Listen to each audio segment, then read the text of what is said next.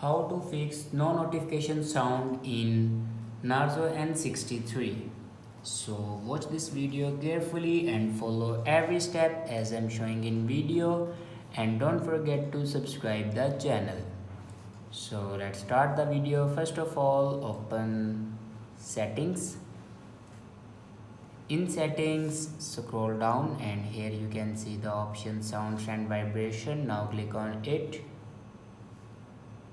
and then click on do not disturb. Now here you can check your do not disturb.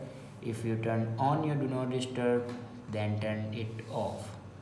After turn off your do not disturb, then go back and click on notifications.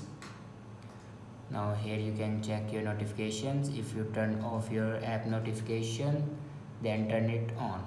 After turn on your notification, then go back to the main page of your settings and scroll down and click on system and update.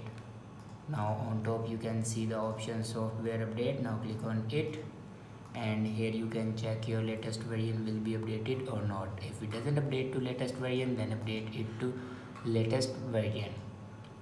After doing these steps, your problem will be fixed. I hope this video is helpful for you. Thanks for watching.